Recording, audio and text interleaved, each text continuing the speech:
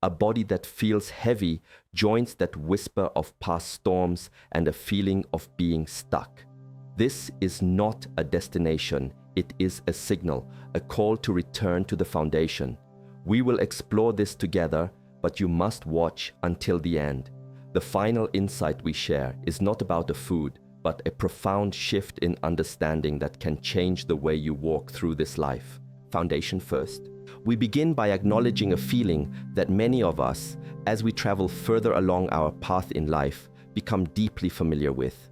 It is the feeling of heaviness, a swelling in the legs, an ache in the joints, a sense that our own body is becoming a weight that we must carry rather than the vessel that carries us. This is a very common human experience, and it is important to first meet it not with frustration, but with compassion and curiosity. What is this swelling? What is this ache truly telling us?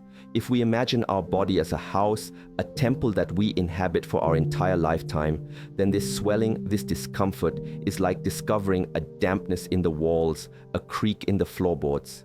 It is not a sign that the house is ready to be abandoned. It is a sign that the foundation needs our attention. The structure requires care. In the language of our physical body, this foundation is made of many things, but a crucial element, the very mortar that holds the bricks together, is a substance we call collagen. It is the most abundant protein in our body. It is the scaffolding that provides strength and elasticity to our skin, our bones, our muscles, and most importantly for our conversation today, our connective tissues, the ligaments and tendons that cradle our joints. When we are young, our body produces this substance in abundance. The house is new, the mortar is fresh and strong, the structure is resilient. But as we accumulate years, as we gather experience and wisdom, the body's natural production of this vital protein begins to slow. The mortar begins to dry, to become more brittle. The structure loses some of its flexibility. This is where the feeling of stiffness originates. The joints, which are these beautiful, intricate meeting points of our bones, rely on cartilage, a smooth, rubbery tissue rich in collagen, to glide effortlessly against one another. When this cartilage thins or weakens, the movement is no longer smooth. There is friction, there is resistance. This resistance can lead to inflammation, which is the body's natural response to perceived injury or stress. And what is inflammation in its most simple form? It is a process that involves increased blood flow and the accumulation of fluid in the affected area. This is the swelling, the heaviness. It is trapped energy, trapped fluid. It is the body sending all of its resources to a location that is calling for help. It is a sign of imbalance, a sign that the flow of life, the flow of energy through our system is meeting an obstruction. So, when we see swelling in our legs or feel a deep ache in our knees, the first impulse might be to fight it, to see it as an enemy. But a shift in perspective is required. We are invited to see it not as an attack, but as a message. The body, in its infinite wisdom, is communicating with us. It is saying, the structure here is weak. The foundation needs support.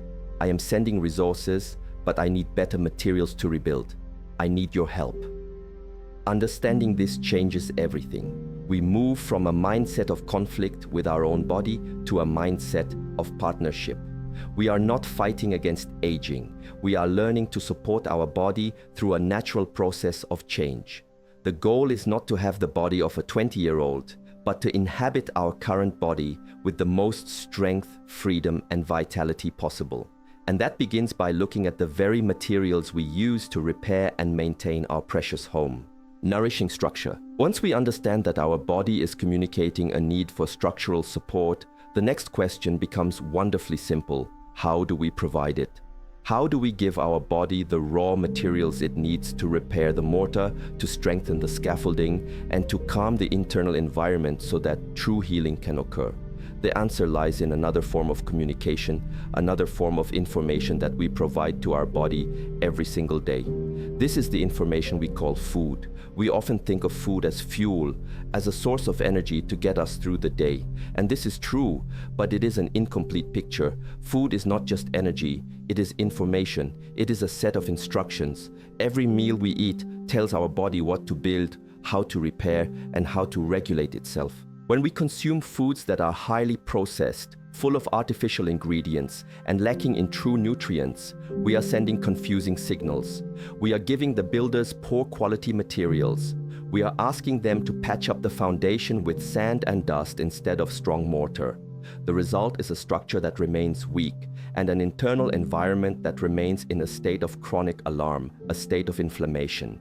The swelling persists, the aches deepen because the body is not receiving the information it needs to resolve the issue. It is trying its best with what it has been given, but the materials are inadequate.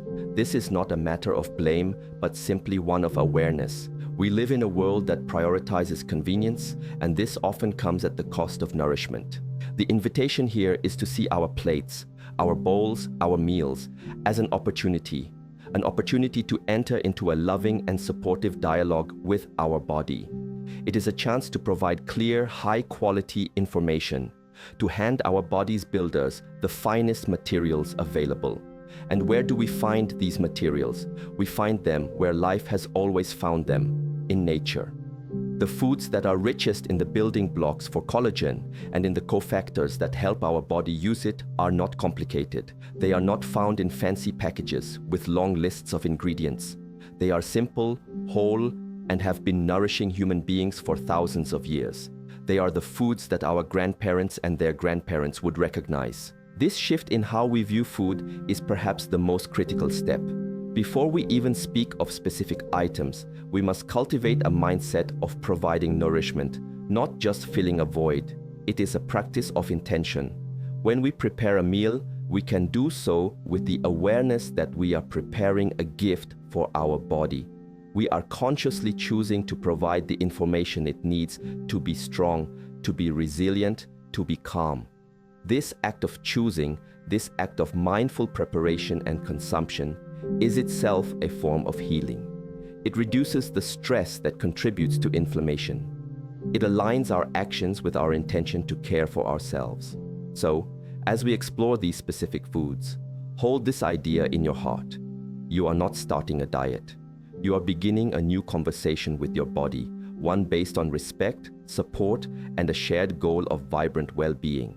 Nature's gifts. Let us now speak of these gifts from nature, these specific tools we can use to rebuild and support our physical structure. We will group them not as a random list, but as a team of workers, each with a unique and vital role. First, we have what we can call the master builders. These are the foods that provide collagen and its core amino acids in their most direct and bioavailable form. The most profound of these is a simple, ancient preparation, bone broth. When we simmer the bones and connective tissues of healthy animals for a long period, we are gently extracting the very essence of their structure. The collagen, the minerals, the gelatin, it all leaches into the water, creating a warm, deeply nourishing liquid. Drinking a cup of bone broth is like drinking liquid reinforcement. It is handing your body the pre-made mortar it needs to patch the walls. It is warm, it is soothing to the digestive system, and it is a powerful anti-inflammatory.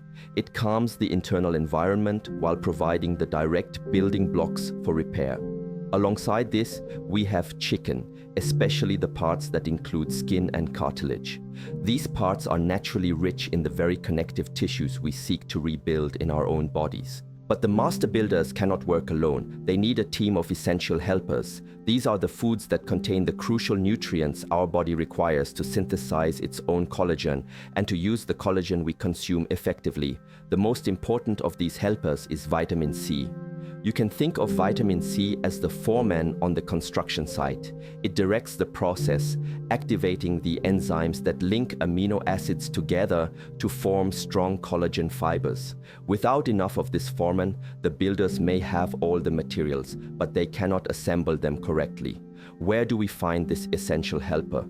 We find it in the vibrant colors of nature, in citrus fruits like oranges and lemons, in berries of all kinds, blueberries, strawberries, raspberries, which are also packed with antioxidants that protect the existing structure from damage. And we find it abundantly in leafy green vegetables like spinach and kale. These greens are a double gift, as they also provide minerals like magnesium and zinc, which are other important members of the construction crew. Finally, we need the wise protectors. These are the foods that guard the structure against the very forces that seek to break it down. They are the peacekeepers, the guardians of the temple. At the top of this list is fatty fish, such as salmon, mackerel, and sardines. These fish are rich in omega-3 fatty acids, which are perhaps nature's most powerful anti-inflammatory agents. They work to calm the internal storms. They reduce the chronic inflammation that not only causes swelling and pain, but also actively degrades our existing collagen. Consuming these oils is like asking the body to take a deep, calming breath. Then we have the humble yet powerful garlic. Garlic contains sulfur, a trace mineral that is essential for collagen formation. But more than that, it appears to help protect against the breakdown of collagen, acting as a shield for our connective tissues. And we must not forget eggs, particularly the whites, which are rich in proline, one of the key amino acids needed for collagen production. The egg is a symbol of life's potential, and it contains the very blueprint for building strong structures. By combining the builders, the helpers, and the protectors, we create a synergistic effect. We are not just eating food, we are assembling a team dedicated to the restoration and preservation of our physical home. Mindful practice. Knowing which foods to eat is the map, but knowledge alone does not move us from where we are. The journey itself is made of single, conscious steps. This is the practice. Having these beautiful, nourishing ingredients is wonderful, but how we bring them into our lives, how we integrate them into our daily rhythm, is what creates lasting change. It is not about a sudden, drastic overhaul that feels like a punishment. That approach creates stress, and stress, as we know, is the enemy of a calm and healing body. Instead, it is about a gentle, compassionate integration. It is about beginning. Perhaps you start by simply adding one thing. Maybe this week you decide to have a cup of warm bone broth in the morning instead of your usual beverage. You just do that. You feel how your body responds. You notice the warmth, the feeling of gentle nourishment. You have opened the new conversation. The practice extends beyond the choice of food. It deepens in the way we consume it. In our fast-paced world, we often eat while distracted, while watching a screen, while working, while standing up. In these moments, our body is in a state of low-level stress.